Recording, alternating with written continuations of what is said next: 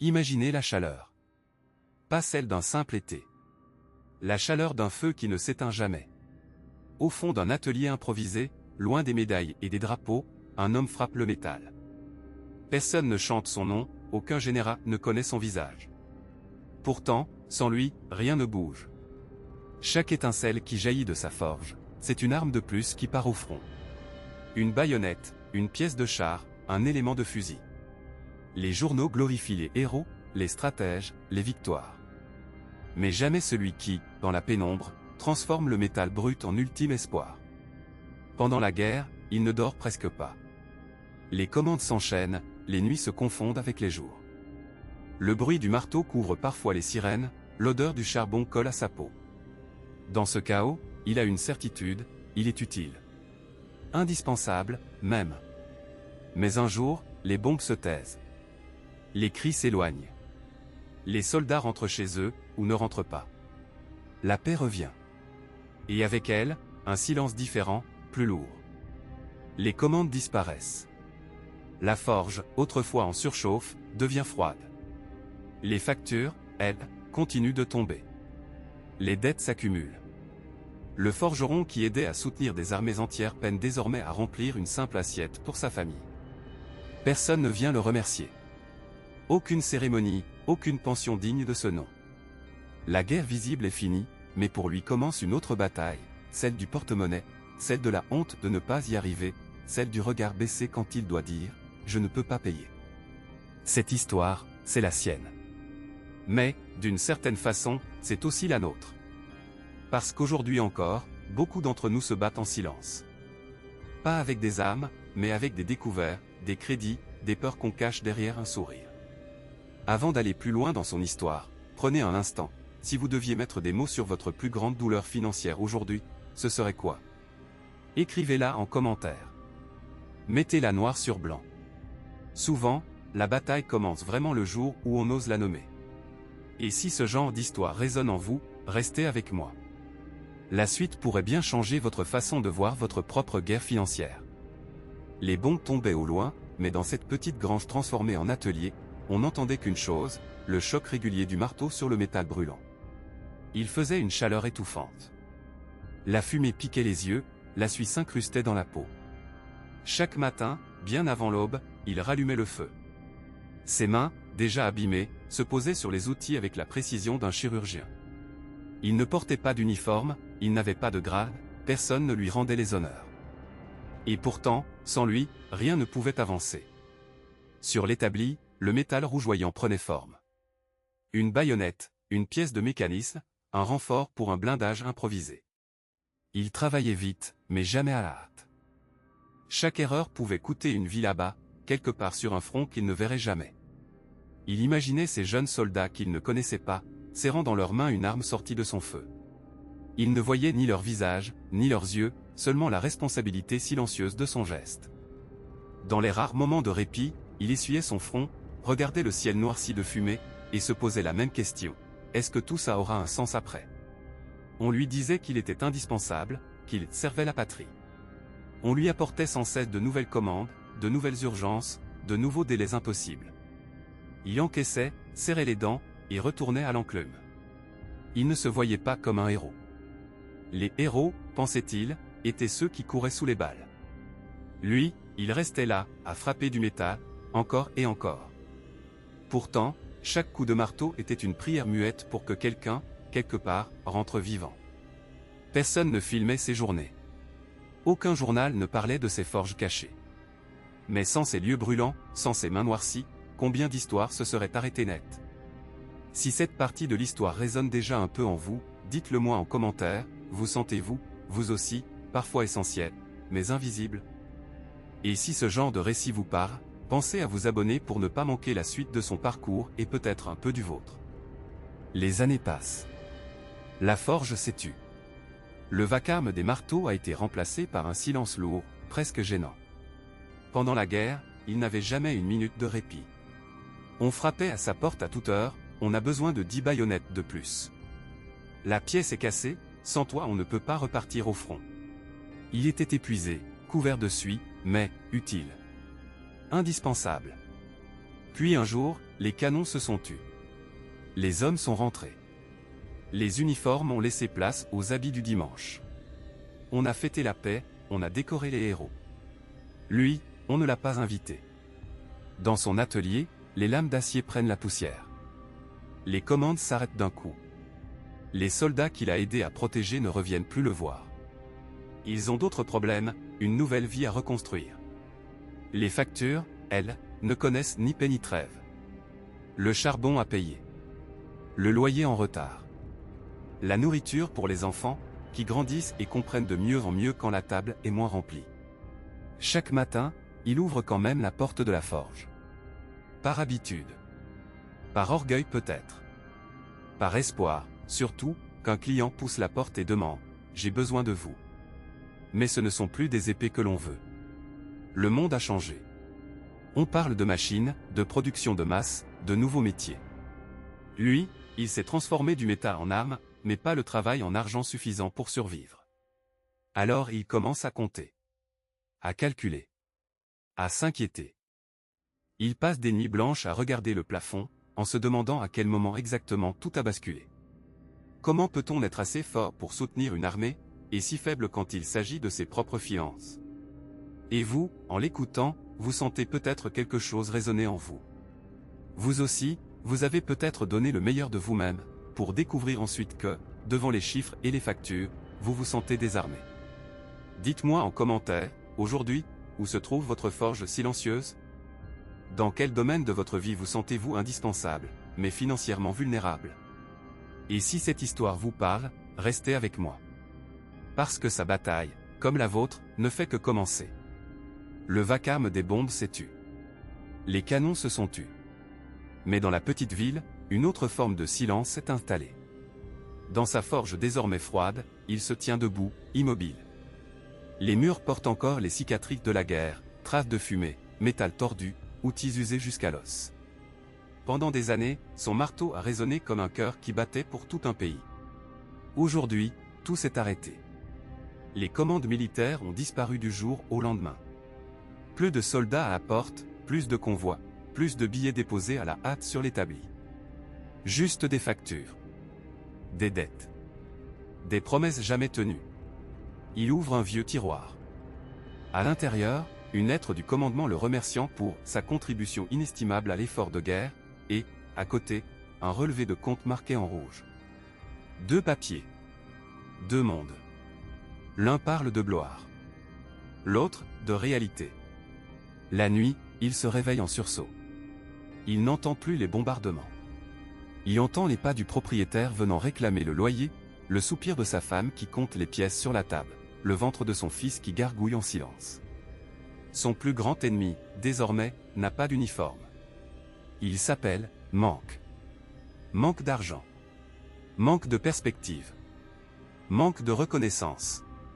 Il essaie de se reconvertir. Réparer des outils, proposer des petites pièces pour les femmes, offrir ses services à crédit. On lui répond souvent, on aimerait bien vous payer, mais nous aussi, c'est difficile. La guerre a vidé les poches autant que les maisons. Alors il commence à se demander, à quoi bon m'avoir été essentiel à la victoire? Si, en temps de paix, on ne peut même pas nourrir les siens. Et vous, est-ce que vous avez déjà eu cette sensation? Celle de donner tout ce que vous pouvez. Et malgré ça, de ne jamais réussir à respirer financièrement. Dites-le moi en commentaire. Votre histoire mérite d'être entendue. Et si ce genre de récit résonne en vous, abonnez-vous, la suite pourrait bien vous aider à regarder votre propre bataille d'un autre œil. Le silence s'est abattu sur la ville depuis des mois déjà. Les sirènes se sont tues. Les canons aussi. Dans la petite maison au bout du village, pourtant, le vacarme continue. Pas celui des bombes, mais celui des pensées. L'étau de la guerre s'est desserré, mais un autre étau, plus discret, s'est refermé sur lui, celui des factures qui s'empilent, des dettes qui gonflent, des promesses qu'il ne sait plus comment tenir. Dans la forge, le feu est presque mort. Plus de commandes urgentes, plus d'officiers pressés, plus de convois à livrer avant l'aube. Seule une braise rougeâtre survit, comme un cœur qui bat au ralenti. Il regarde ses mains. Ses mains qui ont façonné des centaines d'épées, de baïonnettes, de pièces de blindés. Ses mains qui, pendant des années, ont soutenu la guerre des autres. Pendant que certains revenaient couverts de médailles, on lui a simplement dit « Merci. C'est fini maintenant. On n'a plus besoin de vous. Plus besoin de lui. Plus besoin de son article. Plus besoin de son sacrifice silencieux. » Les premiers mois, il y a cru. Il s'est dit « La paix va m'apporter des clients. Des portes à réparer, des outils à forger, des charrues à remettre en état. » Mais la paix n'a pas apporté les promesses annoncées. Seulement des regards fuyants, des crédits refusés, des délais de paiement, et cette phrase qui revient comme un coup près, « On verra le mois prochain. » Alors il commence à choisir. Payer le charbon, ou acheter de quoi remplir les assiettes. Rembourser une partie de la dette, ou garder un peu de liquide pour survivre. La nuit, il n'entend plus les bombes. Il entend les chiffres. Il tourne dans sa tête comme des éclats d'obus invisibles, tant à la banque, tant aux fournisseurs, tant en retard de loyer. Si ce passage résonne un peu en vous, prenez un instant pour liker cette vidéo, ça nous aide à faire vivre cette histoire. Et vous, quel est ce chiffre, cette facture, cette angoisse financière qui vous empêche de dormir aujourd'hui? Écrivez-le en commentaire, même en quelques mots. Parce qu'en racontant son histoire à lui, c'est aussi la vôtre que nous commençons à dévoiler. Et si vous voulez suivre la suite de son combat et peut-être trouver des réponses pour le vôtre, abonnez-vous. L'histoire ne fait que commencer. La guerre est finie. Les canons se sont tus, les sirènes aussi. Un à un, les soldats rentrent chez eux, certains en uniforme, d'autres en béquilles, tous avec des histoires à raconter. Lui aussi rentre. Mais personne ne l'attend sur le quai de la gare. Pas de fanfare, pas de drapeau, pas de médaille. Seulement ses mains, noircies, crevassées, brûlées par des années de feu et de métal. Pendant la guerre, on venait le chercher à l'aube. On lui disait, on compte sur toi. Sans tes pièces, nos hommes ne tiendront pas, il ne voyait jamais le front. Il ne voyait que des visages pressés, inquiets, qui lui demandaient d'aller plus vite, encore plus vite. Puis un jour, plus personne n'est venu. Les commandes se sont arrêtées net. La forge, qui hurlait jour et nuit, est devenue silencieuse. Le marteau s'est figé sur l'établi. La fumée s'est dissipée, et avec elle, son seul revenu. On lui avait promis que la nation serait reconnaissante. La nation, elle, ne se souvient même pas de son nom. Les dettes, elles, se souviennent très bien. Le loyer en retard. Le charbon trop cher. La nourriture qui manque à la maison. La honte, surtout, quand il doit baisser les yeux devant sa femme, devant ses enfants. Il regarde ses mains. Ses mains qui ont équipé des régiments entiers ne parviennent plus à remplir un simple garde-manger. C'est là qu'il comprend une vérité brutale, la guerre la plus silencieuse, la plus longue, la plus épuisante, ce n'est pas celle des bombes. C'est celle du porte-monnaie. La peur de tout perdre. La boule au ventre à chaque facture. Les nuits blanches à compter, recompter, espérer un miracle. Dis-moi. Est-ce que tu connais, toi aussi, ce genre de bataille? Une dette qui te suit? Un compte qui ne ferme jamais? Une angoisse qui te réveille plus fort que n'importe quelle sirène? Si cette histoire résonne un peu avec la tienne, tu peux laisser un like, juste pour dire « Oui, moi aussi je mène ma guerre silencieuse ». Et en commentaire, écris en une phrase « Quelle est ta plus grande douleur financière aujourd'hui ?» Parce que la raconter, c'est déjà commencer à la regarder en face. Et, peut-être, à la transformer. Si tu veux entendre la suite de l'histoire de ce forgeron, et voir comment sa bataille va changer de tournure, abonne-toi. La prochaine page pourrait bien te parler de toi. Le silence est lourd dans la petite maison. Le vacarme de la forge a cessé depuis longtemps, mais un autre bruit s'est installé, celui des pièces qui manquent dans le porte-monnaie, celui des factures qui s'empilent sur la table, celui des soupirs qu'on n'ose plus pousser à voix haute. L'ancien forgeron est assis, les mains noircies par des années de feu, mais aujourd'hui, il n'y a plus de feu. Pendant la guerre, chaque coup de marteau avait un sens. Chaque étincelle, c'était une vie potentiellement sauvée. Il ne voyait pas le front, mais il le sentait dans ses bras, dans son dos, dans ses nuits sans sommeil. Et maintenant? Personne ne frappe à sa porte. Personne ne lui commande d'armes, de pièces, de miracles en acier. Les mêmes mains qui servaient un pays entier ont du mal à acheter un simple sac de pain. Un jour, il ouvre un vieux coffre. Dedans, des croquis, des idées de machines, d'outils, de créations jamais réalisées. Des rêves qu'il avait rangés, pour plus tard. Pendant un instant, il caresse le papier du bout des doigts. Il se demande, et si je forgeais autre chose, cette fois? Pas du métal, mais ma vie. Et si je pouvais transformer ma peur en décision, ma honte en apprentissage, ma dette en trajectoire? Mais aussitôt, une autre voix s'élève en lui, froide, tranchante, tu es trop vieux. Tu n'as plus la force. Tu n'as jamais appris à gagner de l'argent autrement. Ce combat-là, il ne peut plus l'éviter. Ce n'est plus la guerre des bombes, c'est la guerre intérieure contre ses croyances, son passé, sa culpabilité. Et vous, en l'écoutant, est-ce que quelque chose résonne? Une facture que vous repoussez sans l'ouvrir? Une décision financière que vous savez devoir prendre, mais que vous retardez? Dites-le moi en commentaire, quelle est, aujourd'hui, votre plus grande bataille financière silencieuse?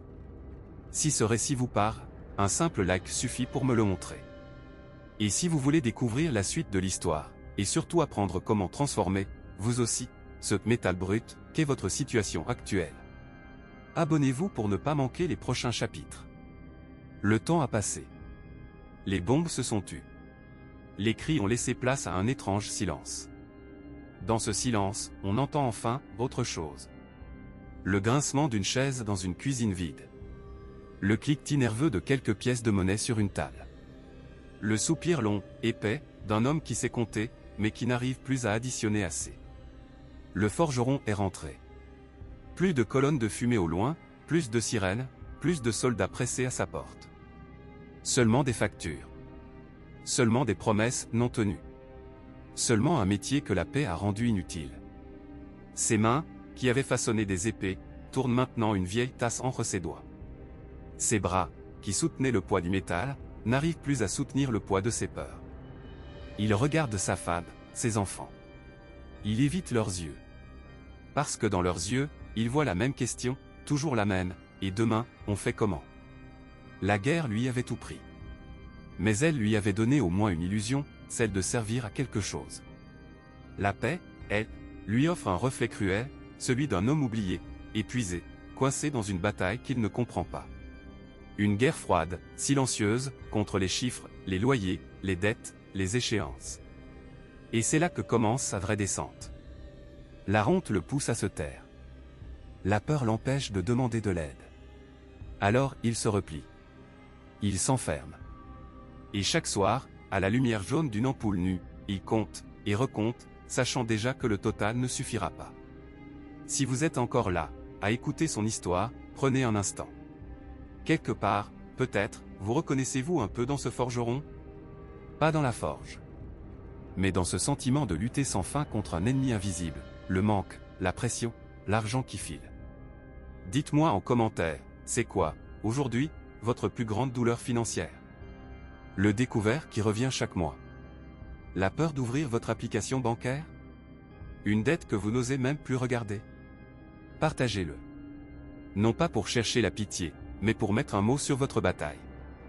Parce que parfois, le premier pas pour changer son destin, c'est simplement de l'oser dire. Et si cette histoire résonne un peu en vous, gardez-la près de vous. Abonnez-vous pour connaître la suite, ce que ce forgeron va découvrir pourrait, peut-être, changer aussi votre manière de voir votre propre combat.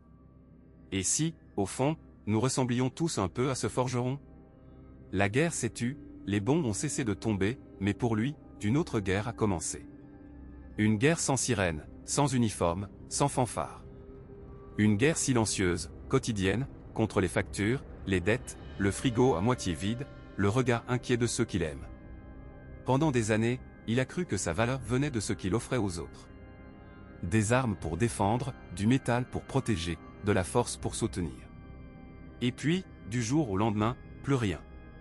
Juste un homme, face à son établi, à ses mains abîmées, et à cette question qui ronge, à quoi ai-je servi, si je n'arrive même pas à protéger ma propre famille? Cette question, c'est peut-être aussi la vôtre. Vous qui avez donné tout votre temps à un travail, et qui craignez encore la fin du mois. Vous qui soutenez tout le monde, mais qui avez du mal à demander de l'aide. Vous qui avez connu des guerres que personne ne voit, un licenciement, des dettes, un projet qui s'est effondré, un compte bancaire qui vous fait honte. Notre forgeron, lui, découvre peu à peu que sa véritable arme, ce n'était pas le métal. C'était sa capacité à se relever, à apprendre, à s'adapter. a accepté qu'il ne pouvait plus gagner la guerre avec les outils d'hier. L'argent n'est pas une médaille. Ce n'est ni une honte, ni une gloire. C'est un langage qu'on peut apprendre, même après des années de silence. Et chaque petite décision, chaque pas, chaque prise de conscience, c'est un coup de marteau de plus sur le métal de votre destin. Si cette histoire a résonné en vous, prenez un instant. Quelle est, aujourd'hui, votre plus grande douleur financière? Écrivez-la en commentaire. Posez des mots dessus. Parce que le jour où on ose nommer sa bataille, on commence déjà à gagner. Et si vous voulez continuer ce chemin avec moi, à travers d'autres histoires, d'autres forges de la vie financière, abonnez-vous. La prochaine histoire pourrait bien être la vôtre.